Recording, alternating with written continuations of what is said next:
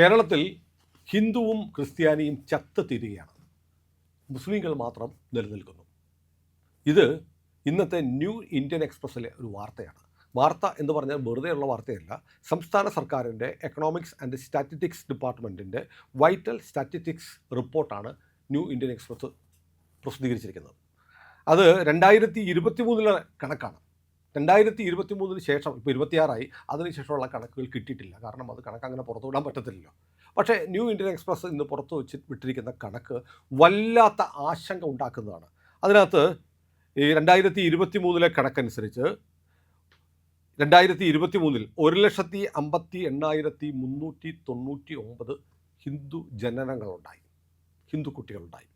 പക്ഷെ മരണം 1,80,971. അതായത് ജനിച്ച കുഞ്ഞുങ്ങളെക്കാൾ കൂടുതൽ ആളുകൾ മരിച്ചു, ഹിന്ദുക്കൾ.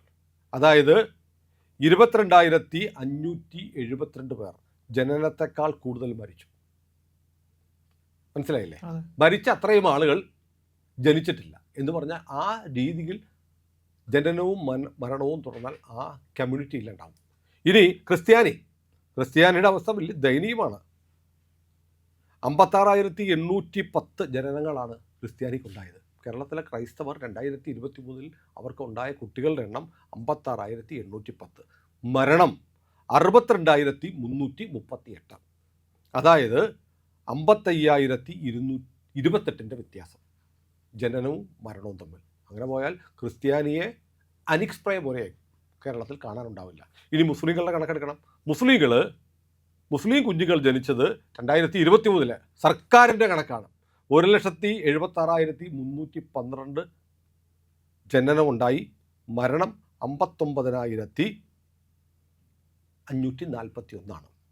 അപ്പോൾ അവിടെ ബാക്കി 2 നെഗറ്റീവായിരുന്നെങ്കിൽ അവിടെ ഇത് ജനനവും മരണവും തമ്മിലുള്ള വ്യത്യാസം മുസ്ലിം സമുദായത്തിൽ 1,16,771. സ്ട്രോങ് ആയിട്ട് നിൽക്കുകയാണ്. കൃത്യമായി അതായത് 2 സമുദായങ്ങൾ ക്രൈസ്തവരും ഹിന്ദുക്കളും ഇല്ലാതായിക്കൊണ്ടിരിക്കുന്നു. ജനനത്തെക്കാൾ കൂടുതലാണ് മരണം. എന്നാൽ മരണത്തെക്കാളും വളരെ കൂടുതലാണ് മരണത്തിൻ്റെ 3 ഇരട്ടി അടുത്താണ് ജനനമുണ്ടാവുന്നത്. അപ്പോൾ ഇത് മൊത്തത്തിലെടുക്കുമ്പോൾ കേരളത്തിൻ്റെ മൊത്തത്തിലുള്ള അവസ്ഥ എന്ന് പറയുമ്പോൾ കേരളത്തിൽ ഇപ്പോഴും ജനന നിരക്ക്, കേരളത്തിൽ ജനസംഖ്യ കൂടുന്നുണ്ട്. ജനസംഖ്യ കൂടാനുള്ള കാരണം എന്ന് പറയുന്നത് മുസ്ലിങ്ങൾ കൂടുന്നത് കൊണ്ടാണ്. മുസ്ലിം കുഞ്ഞുങ്ങൾ ജനിക്കുന്നത് കൊണ്ട് മാത്രമാണ് കേരളത്തിൽ ജനസംഖ്യ ഗ്രോത്ത് ഉണ്ടാവുന്നത്. അതായത് മുസ്ലിങ്ങളുടെ ജനസംഖ്യയും ജനനത്തെക്കാൾ കൂടുതൽ മരണമുണ്ടായാൽ കേരളത്തിൽ ജനസംഖ്യ ഇല്ലാണ്ടായി കേരളം എന്ന് പറയുന്ന ഈ കമ്മ്യൂണിറ്റി, ഈ സമൂഹം ഇല്ലാണ്ടാവുമായിരുന്നു. അപ്പം അല്പമെങ്കിലും കേരളം നിലനിൽക്കാൻ ഒരു 10-20 വർഷം കഴിഞ്ഞാൽ കേരളത്തിൽ ഹിന്ദുക്കളും ക്രിസ്ത്യാനികളും ഈ കണക്കിന് പോയാൽ ഇല്ലാതാവും. കേരളം ഉള്ളവർ തന്നെ വൃദ്ധന്മാരായിരിക്കും. ഹിന്ദുക്കളും ക്രിസ്ത്യാനിയും വയസ്സന്മാരായ ഹിന്ദുക്കളുടെയും ക്രിസ്ത്യാനികളുടെയും നാടായിട്ട് മാറും. പിന്നെ കേരളത്തിൽ ഈ പറഞ്ഞ പോലെ മുസ്ലിം ജനനങ്ങൾ മാത്രം ഉണ്ടായിക്കൊണ്ടിരിക്കും. അതല്ലെങ്കിൽ മുസ്ലിം ജനനങ്ങൾ ഉണ്ടാവുന്നത് സത്യത്തിൽ ഞാൻ ഭാഗ്യമാണെന്ന് പറയും. കാരണം അതും കൂടെ ഇതുപോലെ നെഗറ്റീവാണെങ്കിൽ കേരളം എന്നുള്ള ഈ സംസ്ഥാനം ഇല്ലാണ്ടായി പോവും, മലയാളം ഇല്ലാണ്ടായി പോവും. അതായത് കേരളത്തിൻ്റെ ഓവറോൾ നാച്ചുറൽ ഗ്രോത്ത് എന്ന് പറയുന്നത് ഈ ജനനം മൈനസ് മരണം കൂട്ടുമ്പോൾ 0.249% ആണ്. അതിൽ ഹിന്ദുക്കൾ -0.115% ശതമാനം, ക്രിസ്ത്യാനികളും -0.084% മൈനസ് വരുന്നു. മൈനസിൽ വരുന്ന ഒരു ജനസമൂഹം അതിജീവിക്കത്തില്ല.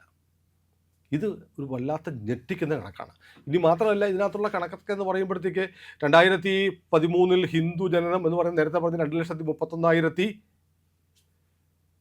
2014 2,31,031 കുഞ്ഞുങ്ങൾ ജനിച്ചിരുന്നു.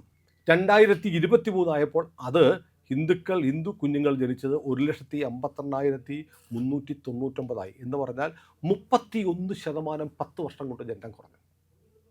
ഹിന്ദു കുഞ്ഞുങ്ങൾ ജനിക്കുന്നത് 10 വർഷം കൊണ്ട് 31% കുറഞ്ഞു. ക്രൈസ്തവ മരണമോ 1,50,000 159 1,80,971 കൂടി എന്ന് പറഞ്ഞാൽ ഹിന്ദുക്കളുടെ മരണനിരക്ക് വലിയ തോതിൽ കൂടി. ക്രിസ്ത്യാനികളുടെ കണക്കെടുക്കുകയാണെങ്കിൽ അപ്പോൾ ഹിന്ദുക്കൾ 10 വർഷം കൊണ്ട് 2014 മുതൽ 2013 വരെ 31% ഹിന്ദുക്കളുടെ ജനനനിരക്ക് കുറഞ്ഞത്.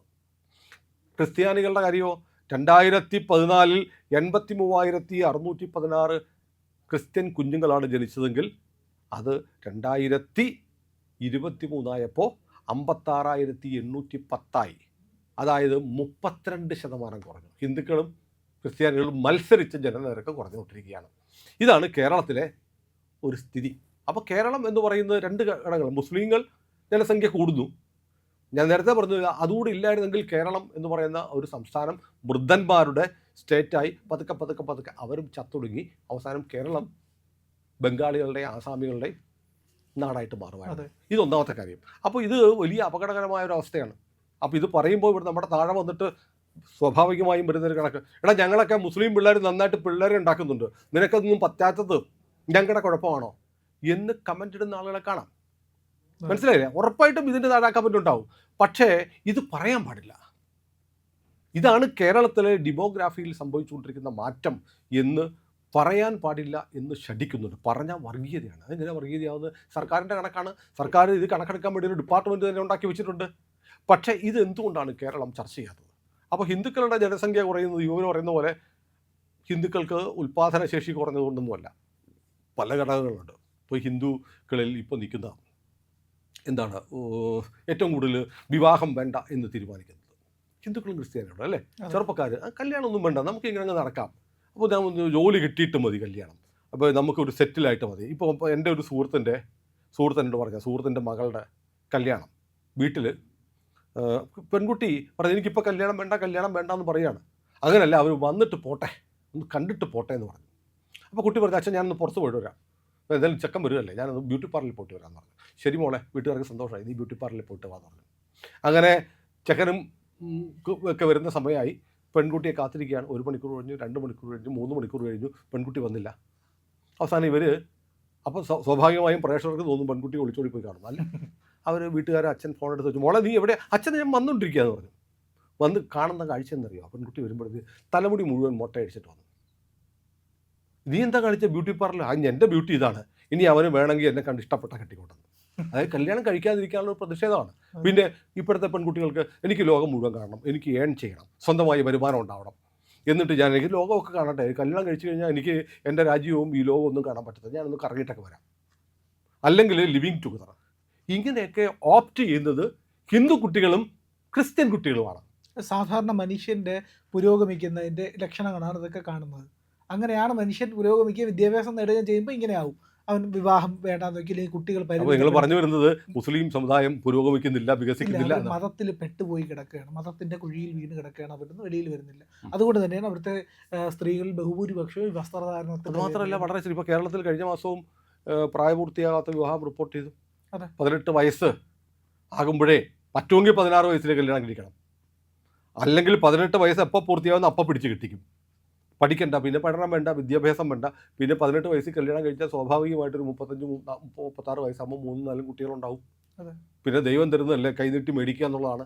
അപ്പോൾ ഇത് പിന്നെ ഇപ്പോൾ ഈ പറഞ്ഞ പോലെ അടച്ചാക്ഷേപിക്കലൊന്നുമല്ല കേട്ടോ. അപ്പോൾ കേരളത്തിലെങ്കിലും മുസ്ലിങ്ങളുടെ ഇടയിലും ജനസംഖ്യാ നിയന്ത്രണം, പക്ഷേ 3 കുട്ടികൾ എന്തായാലും വേണം എന്ന് അവർ ശഠിക്കുന്നുണ്ട്. ഹിന്ദുക്കളുടെ ഇപ്പോൾ എന്താ വെച്ചത്, ഇപ്പം 2 കുട്ടിയായിരുന്നു, ഇപ്പോൾ 1 കുട്ടിയായി, അണുകുടുംബമായി. കുട്ടികളെ വേണ്ട എന്ന് കരുതുന്നവരുണ്ടാവുന്നു, ഹിന്ദുക്കളും ക്രിസ്ത്യാനികളും. അവർക്ക് അവരുടെ സമുദായം ഹിന്ദു മതവും അല്ലെങ്കിൽ ക്രിസ്ത്യാനിറ്റിയും നിലനിന്നില്ലെങ്കിലും ഒന്നുമില്ല. അവർ ഈ പറഞ്ഞ പോലെ രൂഢമായ വളരെ ആഴത്തിലുള്ള മതബോധമല്ല അവർ ഭരിക്കുന്നത്. അവർക്ക് ഞങ്ങൾ ജീവിച്ചാൽ മതി, ഞങ്ങൾ മനുഷ്യന്മാരായിട്ട് ജീവിക്കുന്നു എന്ന് പറയുമ്പോൾ മതനിബദ്ധമായ, മതത്താൽ കെട്ടപ്പെട്ട ഒരു സമുദായം അവരുടെ സമുദായത്തിൻ്റെ കാര്യങ്ങൾ ശ്രദ്ധിക്കുന്നു. പിന്നെ ഹിന്ദു സമുദായത്തിൽ വേറെയുണ്ട് എത്രയോ കുടുംബങ്ങൾ ജാതകം നോക്കി ചൊവ്വാദോഷം ജാതക പൊരുത്തം ഇല്ലാതെ കല്യാണം കഴിക്കാൻ നിൽക്കുന്നുണ്ട് ഇഷ്ടം പോലെ. ഇതൊക്കെ ഈ ഇപ്പോൾ ശരിക്കും ഒരു നവോത്ഥാനം എന്ന് പറയുമ്പോൾ ശരിക്കും ഇപ്പോൾ ശബരിമലയിൽ യുവതികളെ കയറ്റുന്നതിനേക്കാളും എത്രയോ വലിയ നവോത്ഥാനമാണ് ഈ ചൊവ്വാദോഷത്തിൻ്റെയോ അല്ലെങ്കിൽ ജാതകത്തിൻ്റെ പേരിലോ ഒക്കെ പറഞ്ഞിട്ട് ഹിന്ദു കുടുംബങ്ങളിൽ കല്യാണം കഴിക്കാതെ നിൽക്കുന്ന ആൺകുട്ടികളും പെൺകുട്ടികളും. കുട്ടികളെന്ന് പറയാൻ പറ്റില്ല, പ്രായമൊക്കെ ഇപ്പോൾ 10-40 ഒക്കെ ആയവരുണ്ടാവും. അതൊക്കെ അത്തരം അനാചാരങ്ങളും അന്ധവിശ്വാസങ്ങളാണെങ്കിൽ അതൊക്കെ മാറ്റാനുള്ള ഒരു നവോത്ഥാന പ്രസ്ഥാനം ഉണ്ടാവേണ്ടതല്ലേ.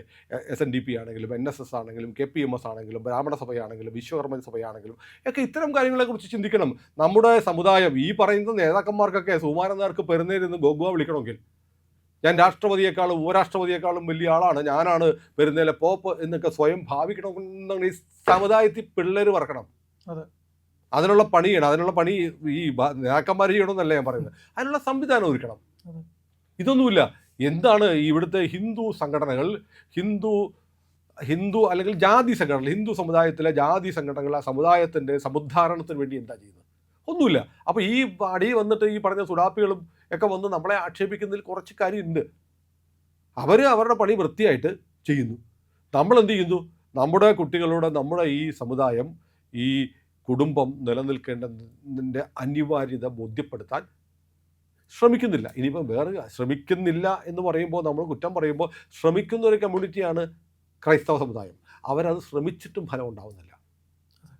കാരണം അവരുടെ കൂട്ടത്തിലുള്ള ആൺകുട്ടികളും പെൺകുട്ടികളുമൊക്കെ നാട് വിട്ടുപോവുക. തിരുവല്ലയിൽ കുമ്പനാടെന്ന് പറഞ്ഞ സ്ഥലത്ത് ചെന്നാൽ അടച്ചു പൂട്ടിയിട്ടിരിക്കുന്ന എത്രയോ വലിയ വീടുകളാണ്. കേരളത്തിൽ ഏതാണ്ട് എല്ലാ ബാങ്കിനും ബ്രാഞ്ചുള്ള സ്ഥലമാണ് ഈ കുമ്പനാട് പ്രദേശമൊക്കെ, തിരുവല്ലയ്ക്കടുത്ത്. കാരണം മുഴുവൻ പേരും US-ലും UK-ലുമാണ്. കുട്ടികൾ ഇപ്പോൾ ഇരുന്നു ഒരു പ്രായം കഴിയുന്നു, നേരെ അവരുടെ ഒരു ബന്ധു ഉണ്ടെങ്കിൽ നേരെ അവരെ വിദേശത്തേക്ക് കൊണ്ടുപോകണം. അവരവിടെ സെറ്റിൽ ചെയ്യുകയാണ്. ഇപ്പോൾ കേരളത്തിൽ ഇങ്ങനെ ഈ ഇസ്ലാമിക തീവ്രവാദം ഒക്കെ കൂടി വരുന്നു, പൊളിറ്റിക്കൽ ഇസ്ലാമിൻ്റെ ആധിക്യം കൂടി വരുന്നതുകൊണ്ട് എന്ത് ചെയ്യുമെന്നറിഞ്ഞപ്പോൾ എൻ്റെ ഒരു പാലായിലെ വളരെ പ്രശസ്തമായ ഒരു കുടുംബത്തിലൊരു അംഗം എന്ന് പറഞ്ഞാൽ ഞങ്ങളുടെ പിള്ളേരുമായിട്ട് അമേരിക്കയ്ക്ക് പോകും. പ്രശ്നം തീർന്നു. അവർ സൊല്യൂഷൻ, ഞങ്ങളല്ലേ US-ന് പോകും, ഞങ്ങൾ UK-ക്ക് പോകും. കേരളം എങ്ങനെ മുടിഞ്ഞാൽ ഞങ്ങൾക്ക് എന്താ? ഇത് ആഗ്രഹിക്കുന്ന ചില ആളുകളും കൂടെ ഉണ്ട് എന്ന് നമ്മൾ ഓർക്കണം. ഏതായാലും ന്യൂ ഇന്ത്യൻ എക്സ്പ്രസ് പത്രം ഇന്ന് കൊടുത്ത ഈ വാർത്ത സത്യത്തിൽ അത് കൃത്യമായി സർക്കാരിൻ്റെ കണക്ക് വെച്ചുള്ള വാർത്തയാണ്. ഇത് പക്ഷേ കേരളത്തിലെ മറ്റു മാധ്യമങ്ങൾ റിപ്പോർട്ട് ചെയ്യത്തില്ല, ഒരു ചാനലിലും ചർച്ചയാവത്തില്ല.